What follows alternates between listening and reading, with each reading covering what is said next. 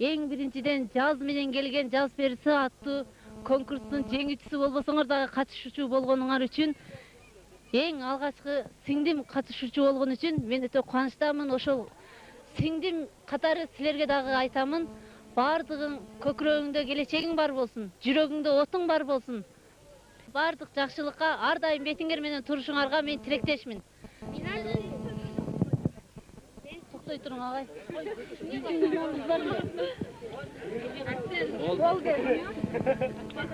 Самара, сен ушул татындакы конкурстан 3-чү местаны, 2-чи местаны алышың менен куттуктайм чын жүрөктөн.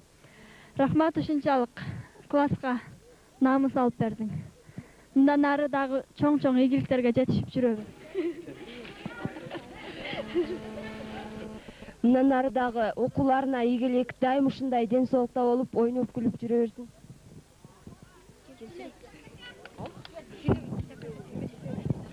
Биздин 10-чы класстын намысын коргонуң үчүн чоң рахмат.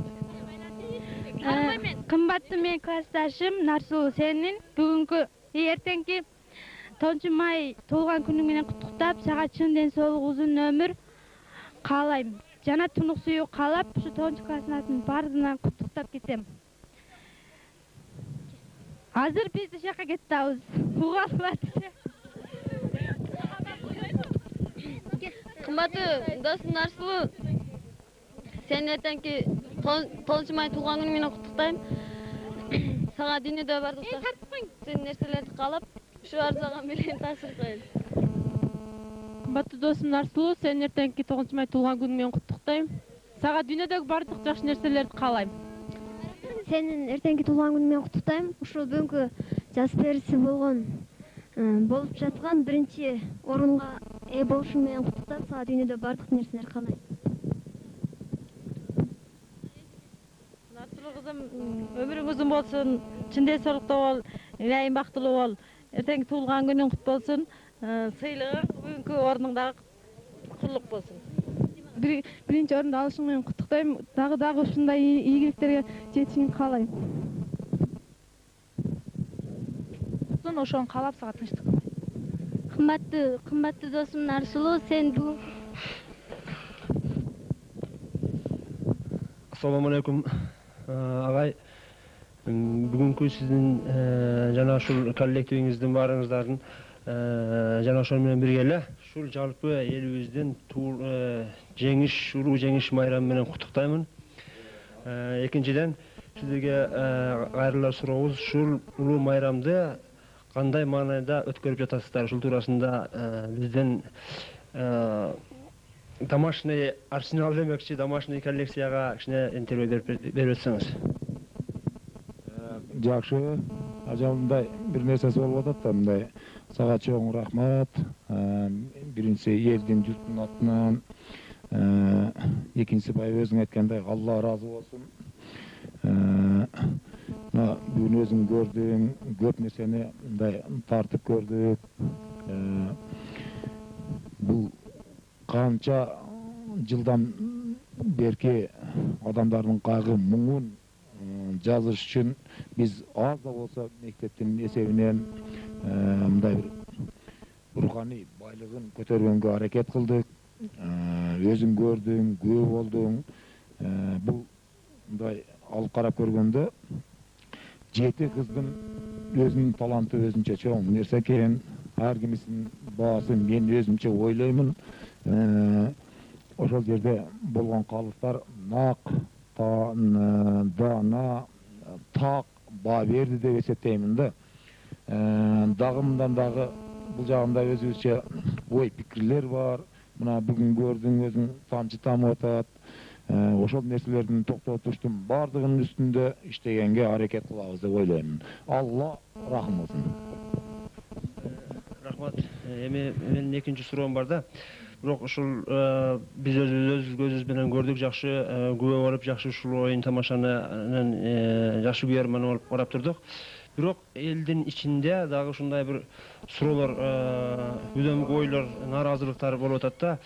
Бул сөздүн негизги мааниси баягы кээ бирки кыздардын ата-энелери нааразы. алар дагы бир элдин арасында ушундай нерсени таркатып жүрөт. Бул мугалимдер же болбосо ушул жюрилер пара жеген дегендей нерселерди таратып жүрөт да. Буга сиздин көз карашыңыз кандай? Эң туура суроо болду деп эсептеймин. Биринчиден бүгүнкү күнгө конкурс өткөнгө чейин бир дагы жюринин мүчөсү өзүнүн жюри экенин билген жок. Мен качан жюринин башталып аткан мезгилинде буйруктарды колуна карматтым, индивидуальный чакырып сүйлөштүк. Экинчиси, ошо сүйлөшүп аткан мезгилде мындай бир ой пикир келди да. Бул бирөөнүн бактысын бирөөнө алып беришке мүмкүн эмес. Ар кимиси өзүнүн эмгегин тапсын, ар кимиси өзүнүн кылган аракетинен баалансын да. Ошон үчүн мына жюринин мүчөлөрү өзүнүн жюри экендигин качан немеге киргенге чейин эч кимиси билген жери жок. Мен ойлоймун, бул конкурс деген конкурс экен, бирөө жеңиш керек, бирөө жеңиш керек. Баягы дүйнөлүк спартакиада жүрүп атпайбы? Ошол нерселерге ошол эле мындай неме болсо керек менин оюмча. Бирок мен өзүм көз карашымда балдарга бир кандайдыр бир маданий, руханий байлык бере алдык элге, журтка. Өзбековдор келип атат, концерт коюп, Динара Акулова деген келип атат, Жамбыл келди мынакей. Ушулардын концертине караганда мына бүгүн кирип ушул жерге балдардын өзүнүн акчасы менен неме кылгандан карабастан ар кимиси өзүнүн немесинде алып кетсе керек деп эсептейм да. Дагы бир эскертип айтып кете турган нерсе. Мынакей мен астында мындай нерсе турат. Бул патент номер 273, сериясы ПСП номер 19657, Сабиров Хамиджан дегенден Муратова деген соода кылып келди. Бүгүнкү берген нерселердин бардыгын өзүнчө эсептеп көрдүк. Кете 200 сом акча ашып калды. 200 сом акчаны эртеге 11-инен баштап балдар сборго кетет. Мен ойлоймун 15-нен нар жагына, демек 14-15-inde жалпы мектеп боюнча бир волейбол боюнча кыздар балдардын ортосунда конкурс уюштуруп беремин. Ошол 200 сомду бөлүп беребиз.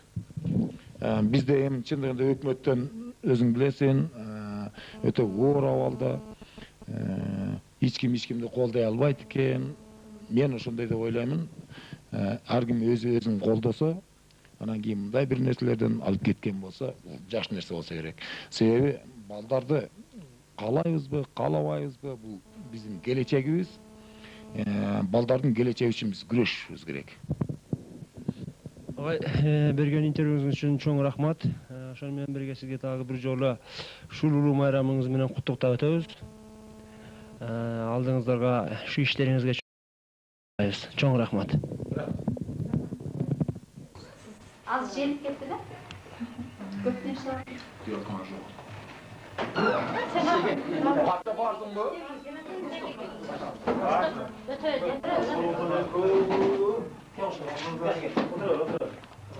Sen